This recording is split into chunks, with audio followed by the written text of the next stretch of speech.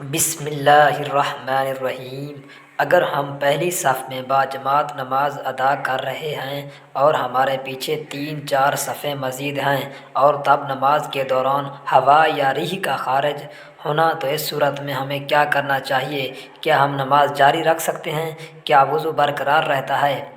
یا اگر ہم دوسروں کو نماز میں ڈسٹرب نہ کرنے کی نیت سے وہیں کھڑے رہیں اور بعد میں وضو کر کے نماز کو مکمل کر لیں تو کیا ہمیں باجماعت نماز کا ثواب ملے گا؟ ناظرین، یہ ایسے سوالات ہیں کہ جن کے بارے میں پوچھنے سے بھی ہم شرماتے ہیں، اور پھر جب کبھی ہمارے ساتھ ایسا معاملہ پیش آئے تو علم نہ ہونے کی وجہ سے ہم اپنی نماز خراب کر بیٹھتے ہیں، بلکہ اکثر اوقات تو ہم ثواب کی بجائے گناہ حاصل کر لیتے ہیں۔ قرآن حکیم میں 100 سے زائد مقامات پر نماز کا ذکر آیا ہے، جن میں سے 80 مقامات پر صریحاً نماز کا حکم وارد ہوا ہے کہ جس سے نماز کی اہمیت کا اندازہ ہو جاتا ہے۔ جب اذان ہوتی ہے تو ہم اپنا کام کاج چھوڑ کر مسجد کی طرف رجوع کرتے ہیں تاکہ ہم نماز ادا کر سکیں، اپنے گناہوں کی بخشش خداوند کریم سے کروا سکیں۔ نماز جیسے اہم فریضے کی ادائیگی کے لیے باوضو ہونا اور دوران نماز باوضو رہنا نہایت ضروری ہے، کیونکہ نماز کے لیے وضو شرط ہے اور اس کا حکم قرآن مجید میں بھی آیا ہے۔ اے ایمان والو، جب تمہارا نماز کے لیے کھڑے ہونے کا ارادہ ہو تو وضو کے لیے اپنے چہرے کو اور اپنے ہاتھوں کو کونیوں سمیت دھو لو اور اپنے سروں کا مسح کرو اور اپنے پاؤں بھی ٹخنوں سمیت دھو لو۔ نماز کے شرائط میں سے یہ بھی ایک ہے کہ ہم جس جگہ نماز پڑھتے ہیں اس جگہ کا صاف ہونا ضروری ہے اور ہمارا جسم اور کپڑوں کا پاک ہونا بھی ضروری ہے۔ نماز کو ادا کرتے ہوئے بھی ہمارا وضو برقرار ہونا ضروری ہے۔ اگر نماز کے دوران ہوا خارج ہو جائے یا جسم کے کسی حصے سے خون بہہ جائے تو ایسی صورت میں ہمارا کیا لائحہ عمل ہونا چاہیے؟ آئیے احادیث مبارکہ کی روشنی میں اس کا جواب معلوم کرتے ہیں۔ حضرت علی بن طلق رضی اللہ تعالی عنہ سے روایت ہے کہ حضور نبی کریم صلی اللہ علیہ وآلہ وسلم نے فرمایا، جب تم میں سے کسی کی نماز کے اندر ہوا خارج ہو جائے تو چھوڑ کر چلے جائے اور وضو کر کے دوبارہ نماز پڑھے۔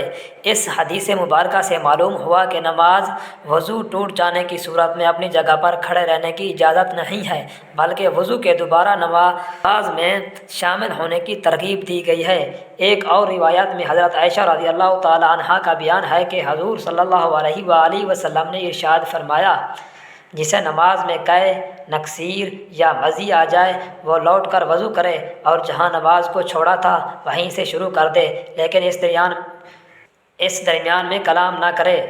اور حضرت عائشہ صدیقہ رضی اللہ تعالی عنہا سے ہی مروی ایک حدیث مبارکہ دوران نماز وضو ٹوٹ جانے کی صورت میں صفوں سے نکل کر جانے کے بارے میں بتایا گیا ہے۔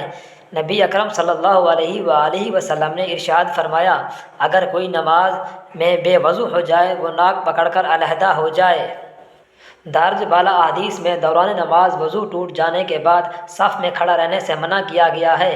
ایسی صورت میں جس حد تک ممکن ہو دوسرے کی نماز میں خلل ڈالے بغیر انسان صف سے باہر آئے اور باہر آتے وقت جیسا کہ حدیث میں گزرا ہے کہ ناک پر ہاتھ رکھے۔ مطلب یہ کہ اگر دوران نماز کسی آدمی کی ریح خارج ہو جائے تو اسے چاہیے وہ ناک پکڑ کر وضو کے لیے چلا جائے تاکہ لوگ یہ گمان کریں کہ نکسیر پھوٹی ہے۔ ناک پکڑ کر نماز سے نکلنے کا حکم اس لیے فرمایا گیا ہے یہ شخص شرمندگی اور ندامت سے بچ جائے، کیونکہ ظاہر ہے کہ جس آدمی کی ریح خارج ہوئی ہے عام طور پر شرمندگی اور ندامت کا باعث بنتا ہے۔ پھر یہ کہ لوگ اس کے بارے میں کوئی چیمے گوئی نہ کرے کہ بلکہ یہ جانیں کہ اس کی نکسیر پھوٹ گئی ہے جس کی وجہ سے نماز سے نکل گیا ہے۔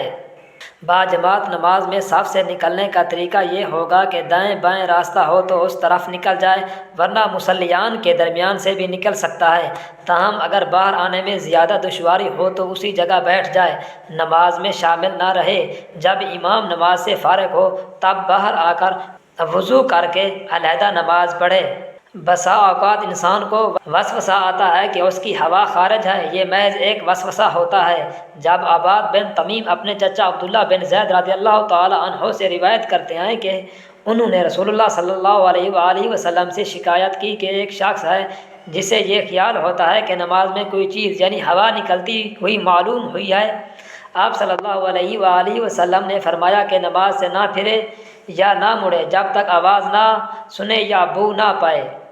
حدیث مبارکہ سے یہ مراد نہیں کہ حکم آواز یا بو پر معلق ہے، بلکہ اس سے مراد ہوا خارج کا یقین ہو جائے، چاہے اسے آواز نہ بھی آئے اور بدبو نہ بھی سونگھی ہو۔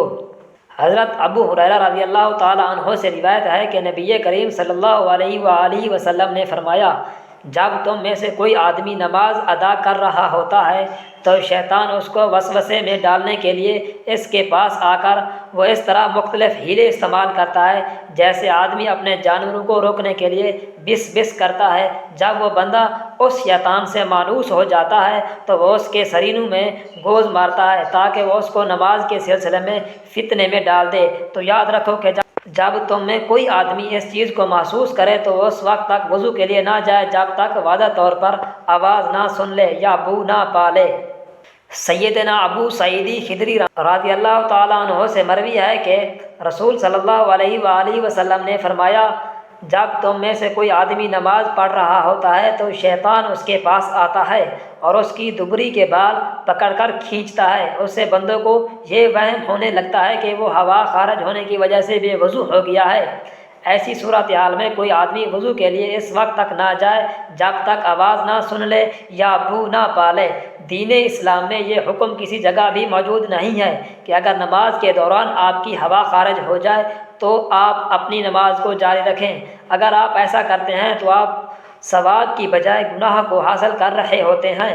نبی کریم صلی اللہ علیہ وآلہ وسلم کی حدیث پاک سے ظاہر ہے کہ اگر نماز کے دوران آپ کی ہوا خارج ہو جانے آپ شرم کے مارے کسی کو یہ ظاہر ہونا نہیں چاہتے تو ایسی حالت میں اپنے ناک پر ہاتھ رکھ کر نمازیوں سے پیچھے ہو جائیں کہ میرے ناک سے خون بہہ رہا ہے۔